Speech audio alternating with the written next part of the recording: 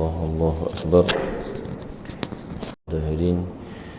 ولا حول ولا قوة إلا بسم الله الرحمن الرحيم. إلى حضرة النبي سيدنا محمد صلى الله عليه وسلم وكافة الأنبياء والمرسلين وعلى الملائكة المقربين والشهداء والصالحين وآل كل والصحابة أجمعين وإلى أرواح أسلافنا وحواشنا وقاربينا محبينا مشايخنا ومن له حق علينا شيء لله لهم الفاتحة. الحمد لله رب العالمين الرحمن الرحيم إياك نعبد وإياك صراط الذين أنعمت عليهم غير المغضوب عليهم ولا الضالين. قال من لساني يفقه قولي سبحانك لا علم لنا إلا ما علمتنا إنك أنت العليم الحكيم. ولا حول ولا قوة إلا بالله العلي العظيم. اللهم أخرجنا من ظلمات الوهم وحسن أخلاقنا بالحلم وسهل لنا أبواب فضلك وانشر علينا من خزائن رحمة تذكرة لمن يخشى تنزل. الرحمن على العرش استوى له ما في السماوات وما في الأرض وما بينهما وما تحت الثرى وما أمروا إلا ليعبدوا الله مخلصين له الدين حنفاء ويقيموا الصلاة ويؤتوا الزكاة وذلك دين القيمة. لا إله إلا الله وبه نستعين على أمور الدنيا والدين ولا حول ولا قوة إلا بالله العلي العظيم. اللهم صل على سيدنا محمد الفاتح المستقيم وعلى آله وصحبه حق قدره ومقداره العظيم. أما بعد. السلام عليكم ورحمة الله وبركاته. Alhamdulillah, syukur kita kepada Allah Subhanahu wa taala kerana pada pagi ini Allah Subhanahu wa taala dengan kasih sayang Allah Subhanahu wa taala telah menghidupkan kita pada pagi ini, dan mudah-mudahan kita telah pun memutuskan ikatan syaitan yang telah mengikat kita doa bangun tidur. Kalau tak baca lagi tak putus lagi dah tu. Mana ada lagi lah. Kalau rasa mengatuk amatana wa ilaihin nusyur, tak baca ada lagi tali dia. Tu jadi mengatuk tu. Dia bangun baca doa sekali putus satu tali. Mandi ambil amat baru hilang mengatuk. Kalau bangun baca doa tidak dah ambil wudu, bunyi macam sunat je, tapi sunat tu fadilat dia boleh memutus sewaktu kita tidur. Jangan main-main. Sebab itulah kita jadi lemah pagi, sebab kita tak baca. Sunat je tak leh. Sunat pun benda tu besar. Benda tu bukan main-main. Jadi alhamdulillah kita dapat hadir juga ke rumah Allah Subhanahu wa taala, dan kita dapat menunaikan solat fardu subuh berjemaah, dan kita dapat berwirid. Mudah-mudahan pada pagi-pagi ini kita dapat berwirid dan membaca tasbih, tahmid dan takbir kepada Allah Subhanahu wa taala. Dan mudah-mudahan juga dengan kesempatan pagi yang dimulakan pada pagi ini, kita mula dengan Subhanahu wa taala insya-Allah. Jadi pada pagi ini kita sambung pada satu tajuk muqaddimah menyatakan kelebihan fikir. Muka surat 8, lihat pada perenggan yang ketiga. Bismillahirrahmanirrahim. Qala Syekhul Mu'allif rahimahullahu ta'ala wa nafa'ana bi'ulumihi fi darain. Amin Allahumma amin. Maka memikir pada kejadian Allah, banyaklah tentang ciptaan-ciptaan Allah. Hal yang paling dekat dengan kita pada anak dia. Dia kata apa? Dia kata jangan sampai ayam yang bangun pagi tu lebih baik daripadamu. Maknanya ayam tu lebih awal bangun daripada kita. Tu sindiran. Berkukuk dak berzikir pada Allah Ta'ala, kita bangun dekat subuh. Tak malu ke? Tu sindiran Luqman Al-Hakim beri pesan kepada anak-anak dia. Dari situ kita lihat Ta'ala Yang pertama ialah suara ayam yang berkokok pada waktu pagi. Yang kedua, suara orang yang baca Quran. Yang ketiga, suara orang yang beristighfar waktu sahur. Waktu sahur tu waktu sebelum subuh. Kita bangun baca zikir subhanallah bihamdi subhanallahil azim astaghfirullah 100 kali. Ambillah amalan-amalan zikir ni di laut. Subhanallah bihamdi subhanallahil azim astaghfirullah subhanallah bihamdi subhanallahil azim astaghfirullah subhanallah bihamdi subhanallahil azim astaghfirullah. Kena ada tasbih tu dengan kita. Tasbih yang menjadi teman kita rasa galak juga. Tasbih kena ada. Kerana kata Imam Al-Haddad rahimahullah ta'ala alaih, dia bermimpi berjumpa dengan Rasulullah. Dia mohon satu amalan yang akan menjadi berpanjangan bersama dengan dia. Maka Rasulullah SAW memberi pesan, lazimkan olehmu dengan tasbih. Kita gunakan untuk berzikir, kita gunakan untuk menggunakan dia untuk bilangan zikir. Mana masih galak lagi lah. Kena cari satu tasbih yang menjadi kegemaran kita. Kalau boleh tasbih kayu. Tak kira lah kayu zaitun ke, kita beli Mekah tu ke, ataupun korban kita. Itu dia. Supaya apa? Kita dianggap sebagai orang yang sentiasa berzikir kepada Allah Subhanahu wa taala. Dia. Itu sebesar-besar qurubat. Qurubat ini sebesar-besar cara nak mendekatkan diri dalam perbuatan ketaatan dan kebajikan. Kita berfikir pada makhluk Allah Ta'ala, itu juga salah satu daripada ketaatan dan kebajikan, yang mana boleh mendampingkan diri kita dengan Allah, dan terlebih hampir segala kejadian Allah kepada engkau ini. Diri kita ni menjadi tempat untuk kita berfikir. Bagaimana cara kita nak berfikir? Salah satunya kita berfikir siapa kita, kemudian di mana kita berada sekarang. Yang keempat, ke mana kita akan pergi. Itu cara kita nak berfikir. 4 benda.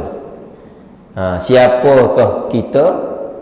Itu soalan lah tu. Soalan yang kita boleh guna untuk berfikir. Siapakah aku? Dari manakah asal aku? Di manakah aku berada sekarang? Ke mana aku akan? Macam tu je. Ke mana nak pergi? Lepas tu makan, tujuan apa untuk makan? Minum, tujuan apa untuk minum? Berumah tangga, tujuan. Itu semua soalan yang kita perlu untuk berfikir. Kita mari masjid ni kenapa? Saja-saja ke, ataupun bosan duduk rumah, mai duduk masjid rasa tenang sikit, rasa ekor-ekor. Masuk tadi rasa macam duduk Madinah, rasa sejuk dah. Kalau kita pergi Masjidil Haram, duduk bawah tanah tu. Masuk tangga bawah tanah ni sejuk. Kalau dekat Kaabah tu panas. Kalau kita turun bawah tanah tu kan sejuk dah, ekor banyak tu kat air Zam-Zam. Tu rasa sejuk macam ni lah. Tu terbayang tu. Ni musim-musim bulan 10, bulan 11 ni, bulan pergi, kalau belum Covid ni, musim pergi Mekah, Madinah ni. Tu teringat tu. Tu cara nak mendekatkan diri kepada Allah Ta'ala dengan memikirkan tentang diri kita sendiri. Maka pilihlah engkau pada kejadian diri engkau. Diri kita ni pilihlah pada mata yang Allah Ta'ala buat dulu terang molek, sekarang dah kelabu, dah terpaksa kena pakai spek mata. Dulu rambut hitam, sekarang putih habis dah. Dulu rambut lebat, sekarang jarang dah jadinya, jadi baby semula. Dulu baby rambut jarang-jarang je, lepas tu lebat, lepas tu umur 50, 60 jadi jarang balik. Tu kalau kita tilik. Dulu tak ada gigi masa baby, balik jadi tak ada gigi semula, tinggal sebatang buat pegang rokok. Wujud ada sebatang, boleh pegang selit-selit rokok. Dulu kulit terik, masa baby comel belaka. Sampai sekarang kedut, berkeruk. Dulu masa kecil tak ada bulu, besar jadi bulu habis. Patut bila umur 70 dah cukur belaka, janggut cukur habis, nak jadi baby semula. Itulah kalau kita mikir balik semua begitulah. Dulu daripada terlentang masa baby sehari, balik terlentang juga, seteruk terlentang balik dah. Dulu pakai pepoh balik semula, umur 60-70 pakai pepoh semula. Gitulah kalau kita mikir keadaan diri kita ni, Allah, ke mana nak pergi, nak balik ke siapa. Maka semua itu, apakah amalan yang kita ada sepanjang hidup kita. Itu kita kalau kita mikirlah. Bila kita fikir, tidak adalah kemuliaan kita ni melainkan kalau orang itu mulia apabila dia berdamping dengan Allah Ta'ala. Baik. Maka tilitlah engkau pada kejadian diri engkau daripada indah susunannya. Susunan kita ni kan, Allah Ta'ala jadikan gigi kita kan tak seperti kuku. Kalaulah gigi ni macam kuku, apa jadinya? Duk panjang tiap-tiap minggu gigi kita. Panjang, kena ada kedai potong gigi pula. Lepas tu bulu mata, bulu kening, bulu telinga, ada bulu habis. Apa jadi kalau bulu telinga ni tumbuh macam rambut? Ni kan bulu telinga, kan ada bulu di telinga ni kan, tumbuh macam rambut. Ya Allah, macam monyet jadinya. Hidung pula ada bulu hidung, kalau macam rambut, apa jadi bulu hidung? Keluar masuk dalam air kopi kita. Itu kalau kita memikirlah kan. Tapi Allah Ta'ala buat bulu hidung ni walaupun dia berbulu tapi tak serupa dengan rambut. Kasar dia tak sama dengan rambut. Bulu hidung kasar lagi. Tak tahu, cuba tarik, tarik bersih kita. Begitulah ciptaan Allah Ta'ala pada tubuh kita. Kalau kita perhati, dan tubuh kita ni tak ada yang mulia, semuanya tahi. Tahi hidung, tahi mata, tahi telinga, tahi gigi, tahi kulit, tahi kuku, ada tahi belaka. Allahu Rabbi, mana mulia kita? Mulia kalau orang tu bertakwa. Itu dia. Kalau kita fikir tak ada apa dah. Jadi nak sombong tak layak lah. Kemudian dan cenderung syahwatnya dan segala pendapatnya, maka memadalah pada mengambil iktibar kerana firman Allah Ta'ala, wa fi anfusikum afala tubsirun, dan pada diri kamu maka tiadakah kamu lihat. Tak tengok kepada diri kita. Dulu boleh duduk diri lama, sekarang tak boleh dah, sakit lutut dah. Dulu boleh duduk tak menyadar, sekarang kena cari dinding dah. Tak boleh dah nak duduk sela ni. Duduk sela tak ada dinding ni memang hebat Kalau di Hadramaut, di Yaman tempat saya belajar dulu, yang duduk di dinding ni orang-orang alim belaka. Duduk di dinding ni semua ulama-ulama. Yang duduk tak ada dinding ni pelajar-pelajar, sebab mereka tu sudah lama duduk belajar dulu. Masa belajar dia duduk tengah-tengah. Bila dah jadi ulama, dah lama dia duduk belajar, dia kena cari dinding dah. Tu dia Hadramaut, bukan sini. Sini tak tahulah. Saling juga rasa dinding tu. Di Hadramaut memang di tengah-tengah ni pelajar. Di dinding tu semua orang alim, subang besar-besar belaka. Tu dia Hadramaut lah, tempat saya belajar dulu. Maka lihatlah pada diri kita. Yakni daripada ayat tersebut Allah Ta'ala kata, pada diri kamu terdapat beberapa tanda yang menunjukkan atas sempurna kudrat Allah Ta'ala. Pada diri kita ni satu ciptaan Allah Ta'ala yang sempurna. Maka tiadakah kamu mengambil iktibar, tak ambil pengajaran kah? Dan tiadakah kamu tilik kepada barang yang pada diri kamu daripada permulaan kejadian kamu, mula jadi kita daripada setitis air je. Mimma indafiq, daripada air yang terpancut, bainas sulbi wat taraib. Itu je kita, bainas sulbi, di antara sulbi wat taraib, dan dua tulang dada. Tu je kita, daripada air yang hina, yang busuk. Kata orang tua, kalau jatuh di tanah, ayam tak patut, itik pun segang nak sudu. Jatuh air mani atas bumi ni, ayam pun malu nak patut, busuk. Bau yang ajin, bau ajin ni bau hanyir. Tapi Allah Ta'ala angkat kita, muliakan. Ahsani taqwim, sebaik-baik ciptaan manusia ni.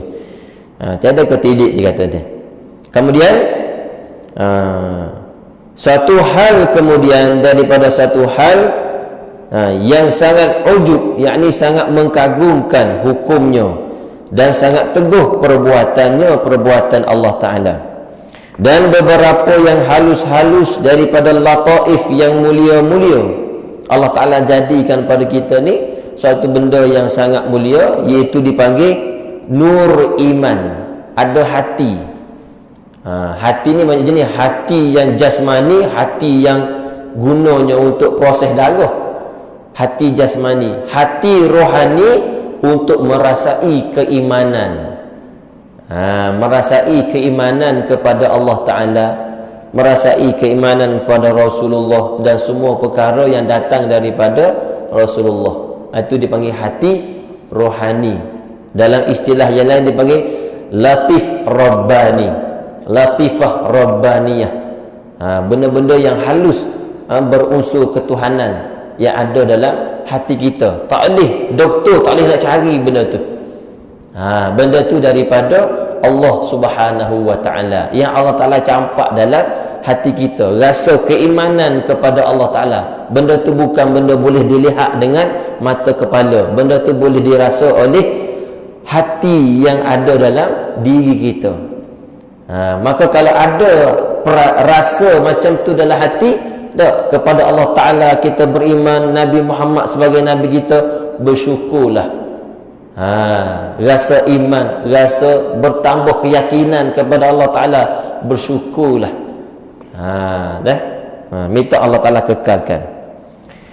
Dan juga ma'rifat dan akal dan lain-lainnya daripada perkara yang ajaib-ajaib yang ada dalam diri kita.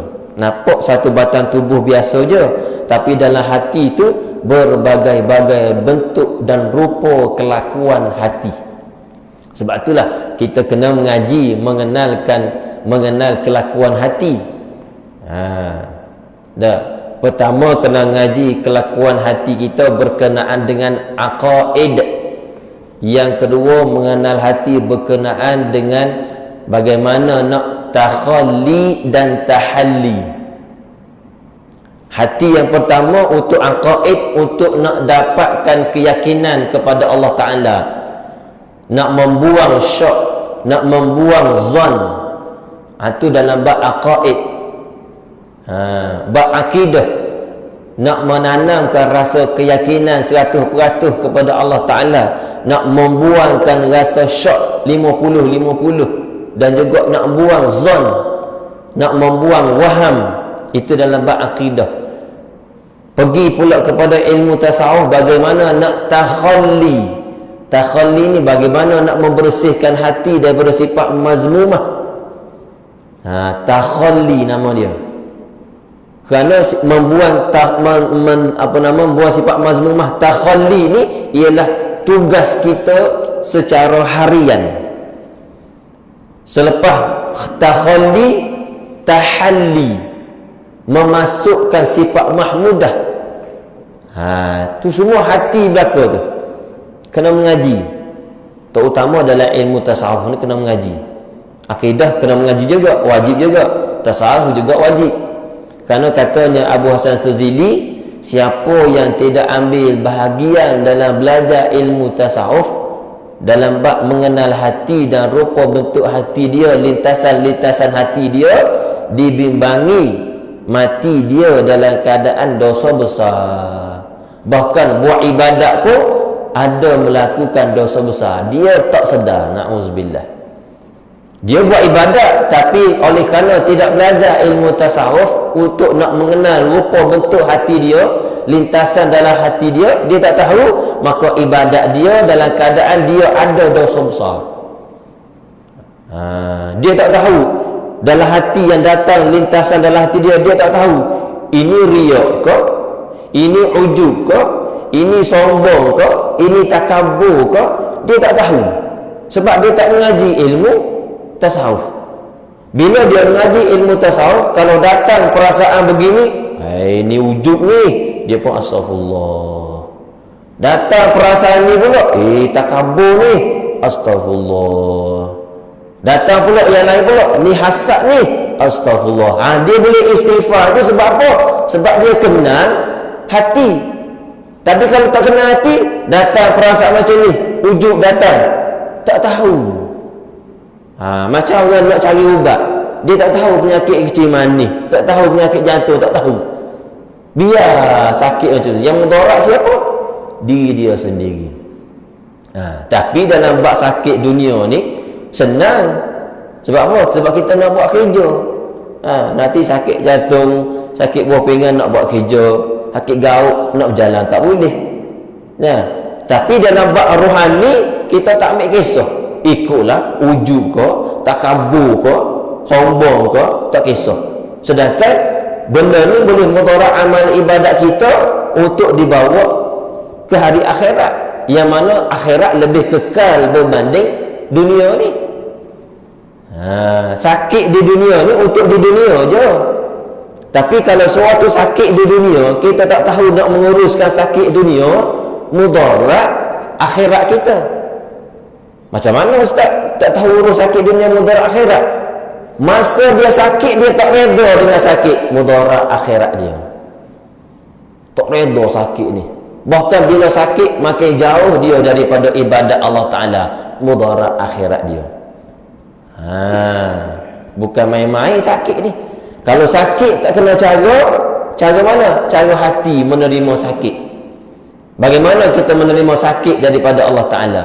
Kalau kita terima sakit dalam keadaan kita gelisah, tak reda dengan sakit, tanda kita tu dah mengkufuri tentang qada dan qadar Allah Ta'ala. Hati mudarat akhirat tu. Sakit tapi gelisah, tak reda dengan ketentuan Allah Ta'ala. Ini bahaya. Semua benda di dunia ni, baik sakit, baik sihat, apa saja, kaya, miskin, kalau tak reda, semua mudarat akhirat, mudarat iman kita. Na'udzubillah. Maka semua ni kena mengaji. Kena mengaji, tak boleh tak mengaji. Terutama bab ilmu tasawuf tadi. Nak kenal ni, sebab hati kita bangun tidur saja, dia dah start dah. Start syukur, hujjah mahmudah. Mazmumah tu ada rasa deki, ada rasa hasad, na'udzubillah min dzalik. Ni kena mengaji. Banyaklah berkaitan dengan rupa-rupa yang ajaib-ajaib dalam hati kita. Jangan tak ambil bahagian dalam belajar ilmu tasawuf secara khususnya. Betullah ulama-ulama kita telah letak satu kitab, dah susun dah cara nak mengaji untuk nak kenal hati kita sendiri. Antara level yang pertama, tahap yang pertama kena mengaji sekurang-kurangnya kitab penawar bagi hati.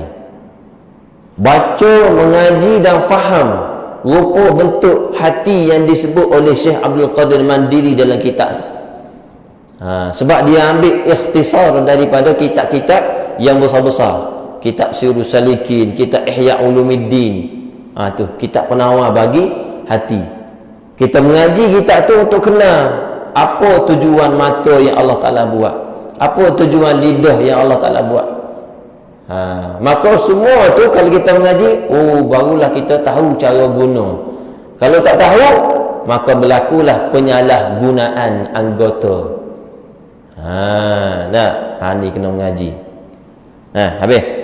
Kemudian maka mengambil dalil kamu dengan dia, yakni dengan apa nama, dengan dalil daripada tadi di atas Khaliq. Di atas Khaliq yakni yang menciptakan kamu, di atas kesempurnaan kudratnya, dan sungguhnya telah menghiasi Allah Ta'ala akan manusia itu dengan beberapa anggota zahir, dan dihimpunkan padanya beberapa perkara yang berlawanan dengan ma'ani yang batin, iaitu panas dan sejuk ada pada badan kita. Kadang panas, kadang sejuk, kering dan basah. Maka itu semua adalah keajaiban kudrat Allah Subhanahu wa Ta'ala yang tiada kuasa atasnya oleh yang lain daripadanya. Allah Ta'ala jadikan.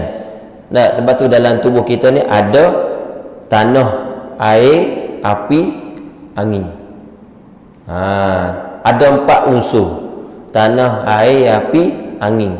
Kadang-kadang rasa sejuk, maka yang sejuk tu kadang-kadang tanah ataupun air. Kadang rasa panas, tu kadang itu unsur api. Kadang-kadang rasa kembung, tu angin. Tu kembung tu kena makan bawang putih bakar lah tu. Masuk ketung. Bakar bawang putih, makan dengan kulit-kulit dia, insya-Allah buang angin. Itu cara dia lah. Maksud yang dikatakan 4 unsur tu Allah Ta'ala jadikan pada tubuh kita. Kemudian kamu tilik akan bahawasanya diri kamu, yakni kita semua ni, beberapa pertolongan daripadanya dengan berbagai-bagai nikmat imdad. Nikmat imdad. Imdad maksud nikmat imdad ni nikmat yang berpanjangan. Nikmat yang berpanjangan yang Allah Ta'ala jadi kepada kita ni, nikmat tubuh. Daripada baby sampai sekarang masih lagi ada. Mata kita, telinga kita boleh dengar lagi, dipanggil nikmat imdad. Kemudian daripada dikurniakan bagi kamu nikmat ijad. Nikmat ijad ni nikmat yang Allah Ta'ala sudah jadikan pada kita. Dia jadikan pada kita mata, kemudian imdad, berpanjangan nikmat mata tu pada kita.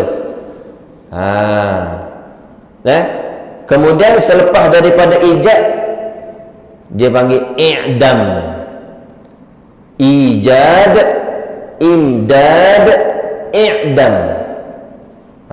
Dalam kitab ni disebut 2 saja, imdad dengan ijad. Satu lagi i'dam, nikmat yang akan terhapus, akan hilang.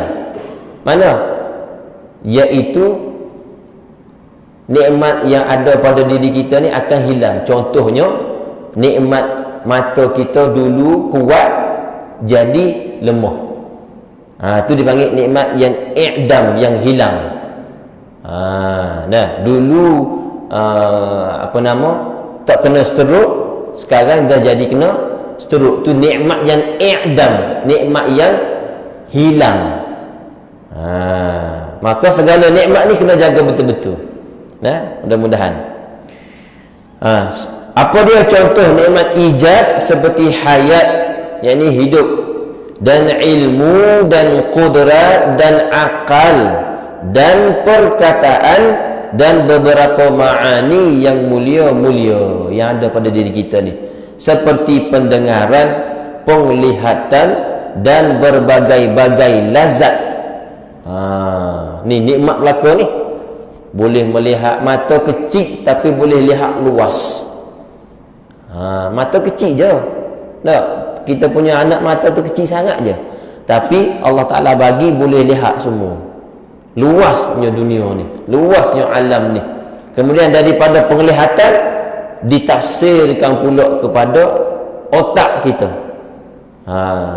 Bila ditafsir, mulut sebut cantik. Mulut sebut cantik, hasil daripada mata yang memandang. Mulut tukang tafsir, mulut tukang iklan. Mulut tak boleh nak tengok.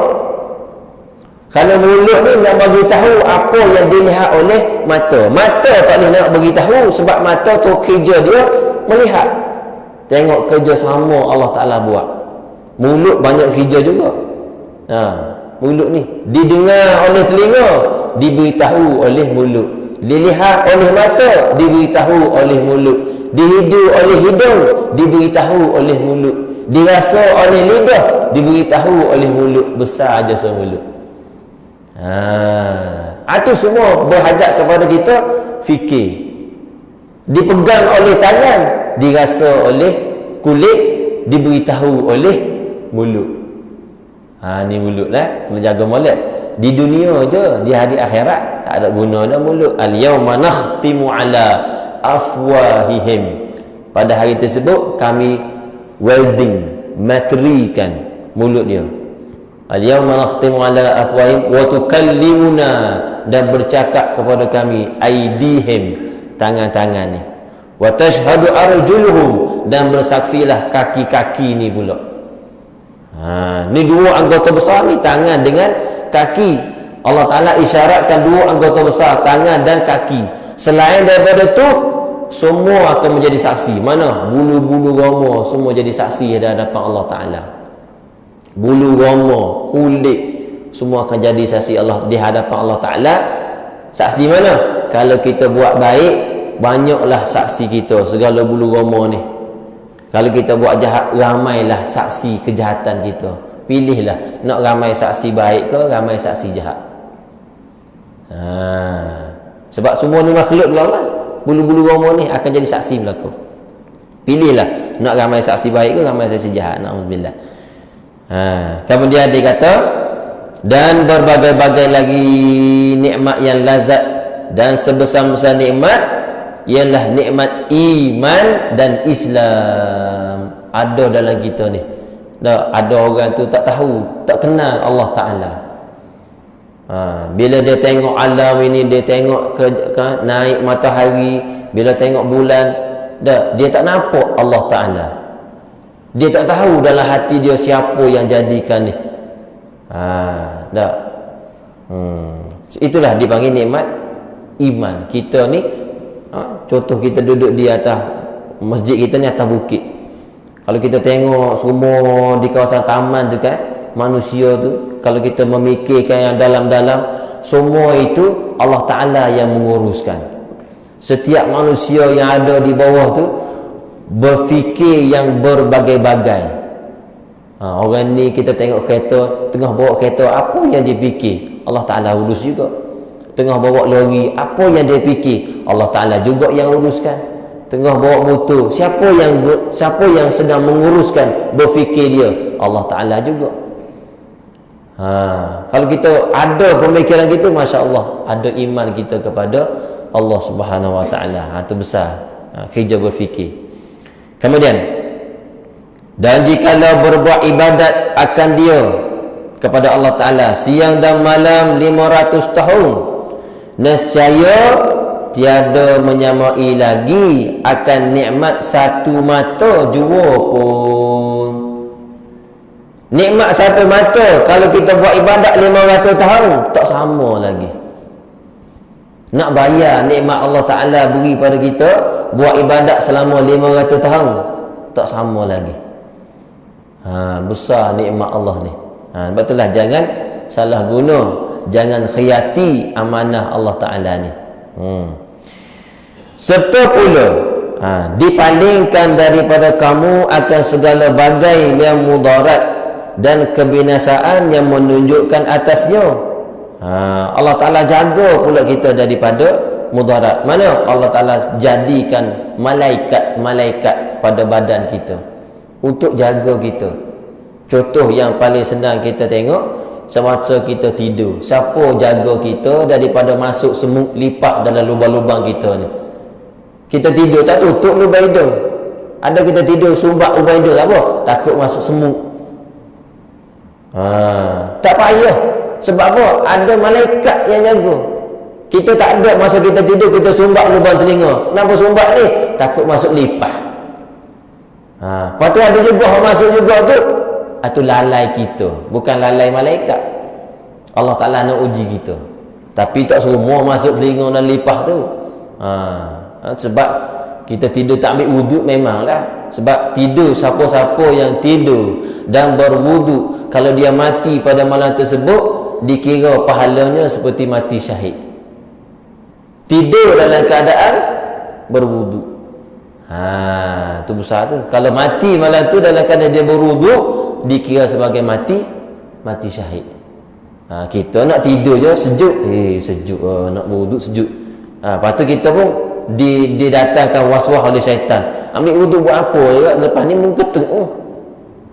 Syaitan dia buat waswas. Jadi kita tak ya juga, baik tak payah ambil wuduk, ambil pun ketuk. Dia datangkan waswas dalam hati kita. Padahal tak ketuk pun, dia saja je. Syaitan memang kerja dia gitu. Kerja dia ialah nak menipu kita, nak menyesatkan kita. Sampai hari akhirat, masuk dalam neraka sekali dengan dia, kita pun bergaduh dengan dia. Ni aku masuk neraka ni sebab lu kan ni. Syaitan jawab apa? Siapa suruh ikut aku? Siapa suruh ikut? Aku memang kerja aku suruh tipu, bukan suruh ikut, tipu je. Jadi kita pun terpedaya. Jaga-jaga molek. Habis. Kemudian Allah Ta'ala jaga kita tu dengan daripada kebinasaan, dan bahawasanya Allah Subhanahu wa Ta'ala amat kasih sayang akan hamba-Nya lebih daripada kasih sayang ibu akan anaknya. Kasihnya Allah Ta'ala pada kita ni lebih daripada kasih seorang ibu daripada anak. Ibu kasih pada anak bila ada di depan je. Bila dia bersama dengan anak, kasihlah. Tapi Allah Ta'ala tidak pernah berpisah dengan kita.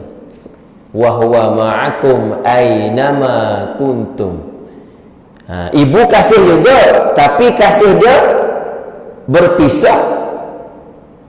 Tapi Allah Ta'ala kasih dengan kita tak pernah berpisah. Tak pernah berpisah. Mana dalilnya? Wa huwa ma'akum aynama kuntum. Dan ia, yakni Allah, ma'akum, bersama kamu, aynama kuntum, di mana sahaja kamu berada. Mak tak, ayah tidak, bini tidak, suami tidak, tapi Allah setiap masa bersama dengan kita. Kasih, beri nafas, buat derhaka, buat maksiat, bagi lagi nikmat. Tak ingat pada dia, Allah Ta'ala bagi lagi nikmat. Kalau mak ayah kita bila tak dengar kata, tak ada bulan ni duit RM10, kita buat salah dengan mak ayah kita, telefon kena ambil balik. Tak buat salah dengan mak ayah kita, tak ada outing, minggu ni tak boleh makan KFC dengan mak ayah. Tapi Allah Ta'ala ada macam tu? Tak ada. Bagi. Tapi kalaulah seorang hamba ini bertaubat daripada kesalahan dia, bertaubat daripada maksiat dia kepada Allah Ta'ala, ya Allah, aku bertaubat kembali padamu. Tak ada lah orang yang paling gembira, tak ada lah yang paling gembira sekali ialah Allah Ta'ala apabila seorang hamba kembali pada dia, lebih daripada gembiranya seorang ibu yang kehilangan anak kemudian dapat kembali. Allah Ta'ala ni suka kepada hamba-Nya yang bertaubat. Masa dia tak taubat, dia belaka pada Allah Ta'ala, tapi Allah Ta'ala bagi. Ambillah, tak apa. Tapi bila seorang hamba ni datang terfikir, banyak nikmat Allah Ta'ala bagi pada aku, tapi aku tak pernah syukur. Masa tu Allah Ta'ala pun capuklah hidayah dia, kembalilah kepada Allah Ta'ala. Maka gembiranya Allah Ta'ala, seronoknya, sukurnya Allah Ta'ala jika ada hamba yang kembali pada dia, lebih daripada gembiranya seorang yang ibu yang kehilangan anak kemudian datang kembali kepada dia. Itu dia kasihnya Allah kepada hamba dia. Dan jikalau tiada nikmat ijad, maka tiada ada kamu. Jikalau tiada nikmat ijad, nikmat Allah Ta'ala menjadikan daripada sifat kudrat Allah Ta'ala, kita ni tak ada. Kita ni tak ada, kita ni tak wujud. Dan jikalau diputuskan nikmat imdad, nikmat yang berpanjangan diputuskan, nescaya binasa kamu. Binasa ni dipanggil i'dam. 3. Ijad, imdad, i'dam. 3 ni.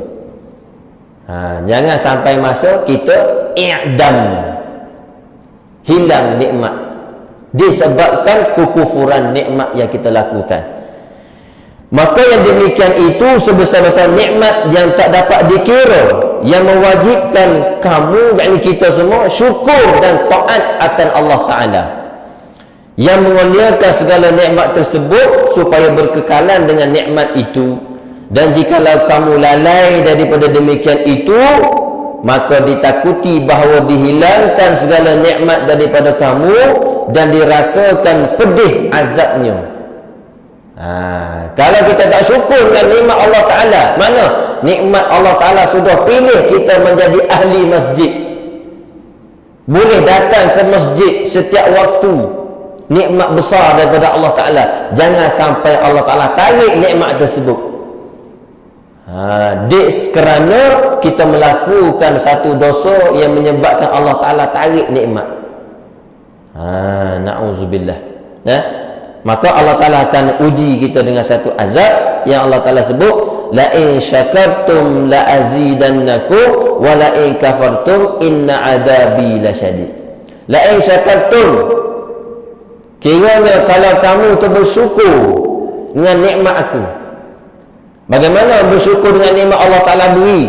Kaki digunakan kepada kebaikan, mata digunakan melihat jalan menuju kepada rumah Allah Ta'ala. Itu syukur. Bukan kata Alhamdulillah saja. Syukur ni datang buat taat kepada Allah Ta'ala, itu syukur. Kalau doa Alhamdulillah, Alhamdulillah, rumah masjid pun tak datang, surau pun tak datang, kuliah pun tak datang, buat baik pun tidak, tapi sebut Alhamdulillah, tak cukup. Kerana syukur dia kena buat. Dia kena buat. Siapa bersyukur, Allah Ta'ala la azidannakum, aku akan tambah. Bagaimana Allah Ta'ala tambah nikmat tersebut? Allah Ta'ala akan beri kesihatan, rezeki sihat. Kita ni yang penting sekali, benda yang paling mahal lagi sekali ialah sihat. Kita datang sekarang musim-musim Covid ni kan, minta Allah Ta'ala lindungi diri kita dan keluarga kita daripada kena Covid. Ada satu amalan yang kita biasa buat ni, benda ni yang kita kena baca lepas subuh, lepas maghrib, Allahumma ajirna minan nar. 7 kali lepas subuh, 7 kali lepas maghrib. Nabi kata siapa baca Allahumma ajirna minan nar, kalau baca maghrib, kalau mati malam tu, dakhalal jannah, masuk syurga.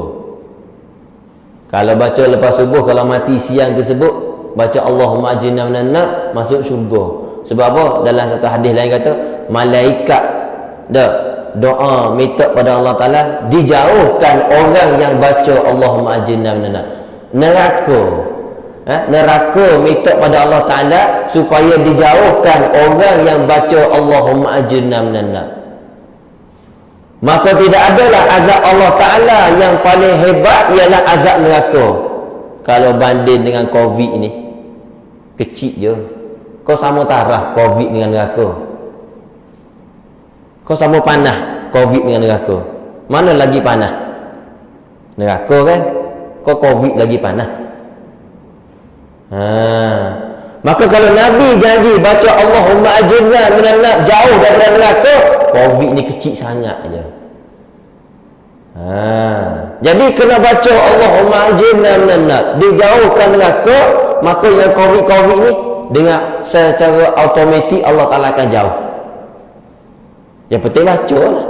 7 maghrib, 7 lepas maghrib, 7 lepas subuh. Allahumma ajirna minan nar, Allahumma ajirna minan nar, Allahumma ajirna minan nar, 7 kali.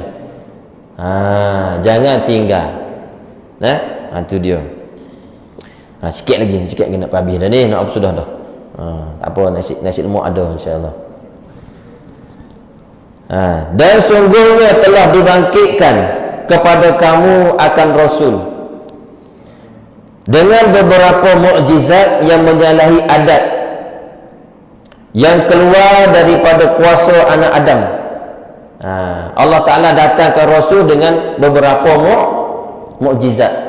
Ni nak masuk Rabiul Awal kita ni. Hari ni Rabiul Awal dah ni, kan?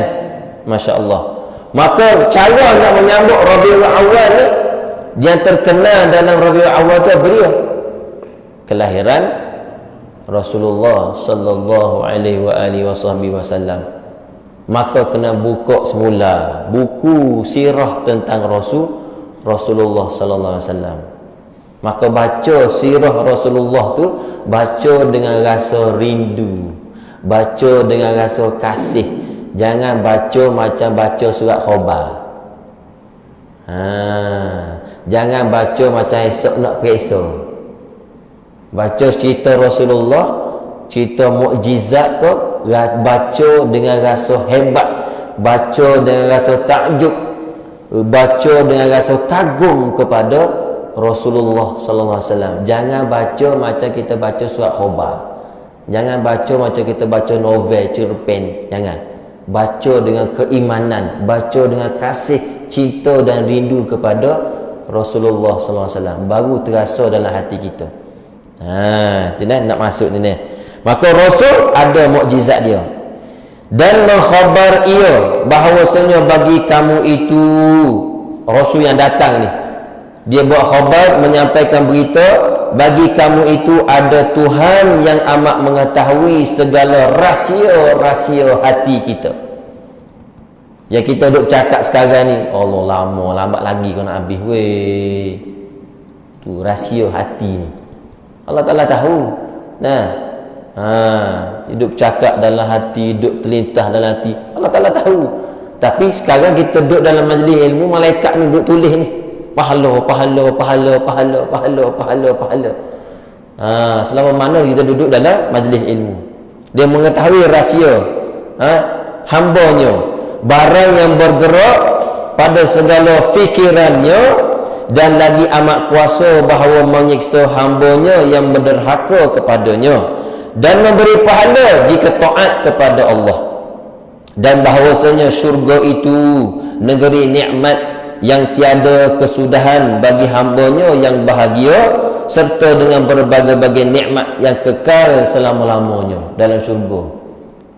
Nikmat dan paling nikmat dalam syurga ialah nikmat dapat melihat zat Allah Subhanahu wa taala.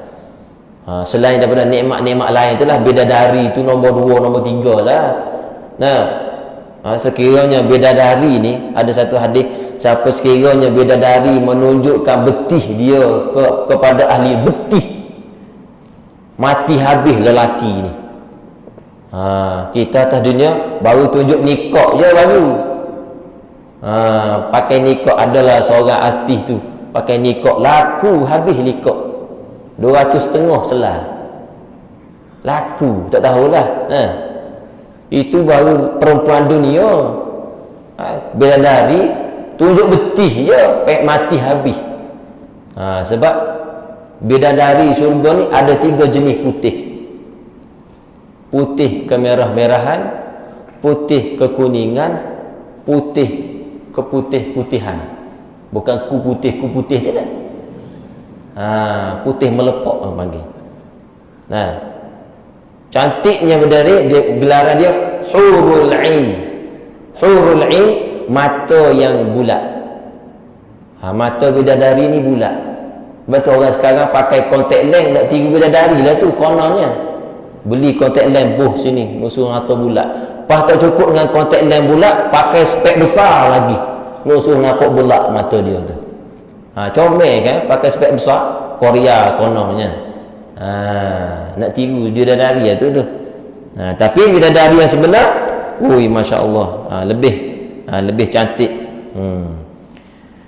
Itulah nikmat dalam syurga. Dan bahawasanya dalam neraka pula, neraka itu negeri yang azab, tempat kesudahan bagi hambanya yang ashqiya, hamba yang celaka, dengan berbagai-bagai siksa, kekal selama-lamanya di dalam syurga.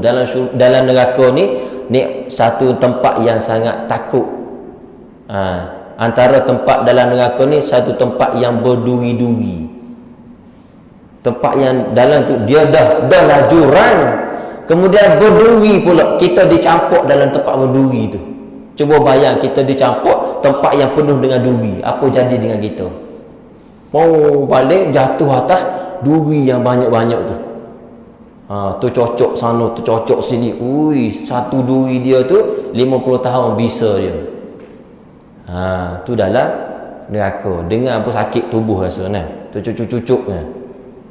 Kita kena duri bunga kertas tu pun sakit dah. Apatah dalam neraka. Takutlah kita dengar dalam neraka tu. Makanan dia daripada daripada nanah-nanah ahli neraka. Ahli neraka tu sesama mereka tu, tubuh dia tu keluar nanah, dia ambil air nanah dia tu jadikan minuman dia. Keluar sewaktu azab Allah Ta'ala pada badan mereka, keluar nanah, air daging keluar, dia tak ada sendiri, ambil air tu dijadikan minuman dia. Cuba bayang kita ni ada luka kecil manis misalnya. Kecil manis kan dia kulit terbuka tu kan. Dia ada keluar air dia tu. Cuba terai kalau siapa-siapa yang ada kecil manis tu, cuba ambil dengan sudu, minum. Biasanya kat kaki kan kecil manis kan. Cuba picit ibu jari kaki tu, dia keluar air kecil manis dia tu, tadah dengan sudu kita tu. Rasa macam mana? Kecil manis tu lah. Siapa-siapa ada kecil manis tu lah, boleh kongsi-kongsi lah sikit yang rasa sikit. Neraka lebih pada tu lagi. Bukan sekadar air nanam. Kalau kita ada bisu pernah kena bisu. Pernah kena bisu kan. Kalau naik dekat sini besar merah tu kan, dia ada mata dia. Picit dekat ketebuk mata dia tu kan, picit keluar kuning cuak situ, tadah atas sudu kau. Terus ambil yang warna kuning campur dengan darah tu, terus tak lidah kita. Itulah makanan ahli neraka. Rasa tak sedap, rasa azab, rasa minum pertama tu azab, oi tak enak. Tapi kena minum juga, minum. Zuqu azaban nar. Rasakanlah azab neraka ni. Habis yang pertama, minum yang kedua, lagi azab daripada yang pertama. Minum yang kedua, lagi azab daripada yang pertama. Nak tak nak dia kena minum juga. Zuqu azaban nar allazi kuntum bihi tukadzibun. Minumlah azab neraka yang dulu masa dunia dulu mu kata tak ada pun neraka. Rasa hari ni. Allah Taala kata. Itu dalam neraka. Dalam syurga pula tak payah royak lah, tak payah bagi tahulah. Dalam neraka sedap, dalam syurga sedap. Makan buah pertama kerak. Sedap ni. Makan yang kedua lebih sedap daripada yang pertama tadi. Tu tak habis biji lagi, tak tahulah berapa banyak kali sedap. Dalam neraka lagi sakit. Allah, Rabbi takut. Habis kat itulah. Sejuk nasi lemak kita dah. Dan bahawasanya neraka itu negeri azab, asqiyat dan berbagai-bagai siksa, kekal selama-lamanya. Na'udzubillah. Sebab itulah tawaduknya Sayyidina Umar apabila dengar satu hadis tentang manusia yang terakhir keluar daripada neraka. Apa nama, bukan saya nama, Sufyan Ats-Tsauri. Dalam kitab Minhajul Abidin sebut, bila dia dengar tentang orang yang keluar terakhir daripada neraka, aku harap itu orang yang keluar tersebut, aku harap itulah aku. Sufyan Ats-Tsauri ni ulama, waliullah, tapi tawaduknya, takutnya dia tak nak kekal dalam neraka. Aku harap yang terakhir itu adalah aku. Kita konon hebat kita ni tak nak masuk neraka langsung. Dia tawaduknya dia, bukan kata dia tak ada amalan, dia ada amalan, tapi dia tak yakin siapakah yang boleh menjaga iman kita ni. Kita boleh yakin tak? Boleh jamin tak iman kita ni terjaga sewaktu tu nyawa keluar? Siapa boleh jamin? Angkat tangan. Tak berani belaka. Kerana dengan ada iman saja kita terlepas daripada neraka. Sufyan As-Sauri dia tak yakin iman dia ni, tapi dia berharap Allah Ta'ala jaga hati iman dia. Maka bila dengar hadis tentang keluar yang tak yakin, aku harap akulah tu. Kerana dia pun tak tahu. Itu tawaduk dia, bukan dia minta, tawaduk dia. Sebab apa? Dia menyerahkan hati dia kepada Allah Ta'ala. Itu dia. Betullah dalam beramal ibadat, khauf dan rojak kena sentiasa ada. Jangan duk rasa sedap sangat kita buat amal ibadat. Sebab bukan jaminan kita. Semua ni pertolongan daripada Allah Subhanahu wa taala. Habis. Kemudian berdoalah, Allah muwaffiqna limardatika wa thabbitna ala dinik. Ya Allah, berikanlah kepada kami taufik mencapai segala keredaanmu dan tetapkanlah kami atas agamamu. Amin ya rabbal alamin. Itu dia. Habis, selesai. Mudah-mudahan apa yang kita dengar tadi dapat beri manfaat dan iktibar daripada kita semua, menjadikan kekuatan kita untuk beribadat kepada Allah Subhanahu wa taala. Cukup setakat ni, kita sambung pada kuliah akan datang. Bab yang pertama menyatakan kelebihan ilmu dan ulama. Wallahu a'lam. Selesai. Berhenti sekali lah. A'udzubillahi minasyaitonirrajim. Bismillahirrahmanirrahim. Alhamdulillahirabbil alamin. Wassalatu wassalamu ala sayyidina Muhammad wa ala alihi washabbihi ajma'in. Allahumma inna nas'aluka 'uluman nafi'an muhitatan wasi'ah wa 'amalan salihan maqbulatan wa sa'adatan darin wa husnul khatimah wa takharruz kin. Allahumma akhrijna min dhulumatil wahmi wa akrimna bi nuril fahmi wa aftah 'alaina bi ma'rifatil ilmi wa hassin akhlaqana bil hilmi wa sahhil lana abwaaba fadlik wa anshur 'alaina min khazaini rahmatika ya arhamar rahimin. Ya Allah ya Rahmanir Rahim, ampunkanlah dosa kami ya Allah, dosa kedua ibu bapa kami ya Allah, dosa jiran-jiran kami ya Allah, dosa isteri kami, dosa anak-anak kami, dosa sahabat kami ya Allah. Ya Allah, sekiranya ada di kalangan kami sedang sakit, Engkau sembuhkanlah ya Allah. Sekiranya ada di kalangan kami sedang menghadapi masalah, Kau bantukanlah ya Allah. Sekiranya yang ditimpa musibah dan bencana, Kau bantu selesaikanlah ya Allah. Rabbana atina fid dunya hasanah wa fil akhirati hasanah wa qina adzabannar. Wa sallallahu ala sayyidina Muhammad wa ala alihi wasallam. Alhamdulillahirabbil alamin. Qabbalallahu minkum.